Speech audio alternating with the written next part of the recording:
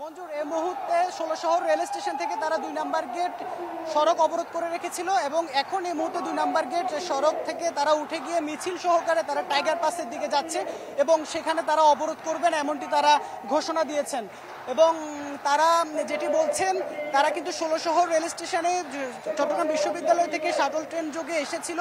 তারপর সেখানে নগরের অন্যান্য যে কলেজগুলো আছে সে কলেজগুলো থেকে ছাত্রীরা যোগ দিয়েছে। তারপরে সেখান থেকে মিছিল সহকারে তারা ২ নাম্বার গেট এসে কিছুক্ষণ সড়ক অবরোধ করে রেখে তারা সেখানে স্লোগান দেয় এবং সেখান থেকে এখন এই মুহূর্তে মিছিল সহকারে তারা টাইগার পাস অভিমুখে মিছিল নিয়ে আগাচ্ছে।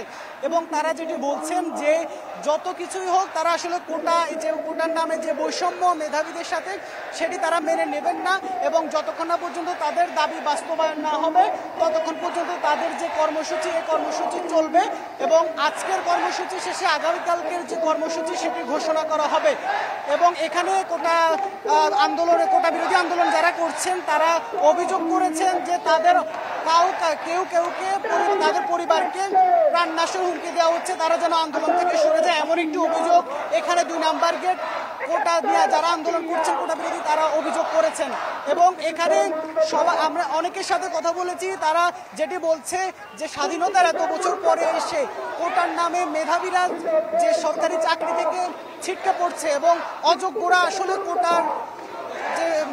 কোটাকে ব্যবহার করে অযোগ্যরা আসলে সরকারের বিভিন্ন পর্যায়ে বসে যাচ্ছে, যেটি আসলে স্বাধীনতার পরে স্মার্ট বাংলাদেশ যেটি বর্তমান সরকারের রূপরেখা সেটি বাস্তবায়নও বড় বাধা এমনটি তারা আসলে যুক্তি হিসেবে দাঁড় করাচ্ছেন।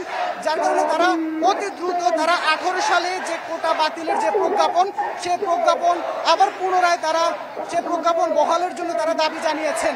তারা বলছেন কোনো কিছু আসলে আদালতের রায়কে সামনে আনা হচ্ছে, তারা সেজন্য বলছেন আদালতের রায় বলেন কিংবা নির্বাহী আদেশ বলেন যে কোনো কিছুই হোক তারা আসলে কোটা ব্যবস্থাটা আসলে বাতিল চান।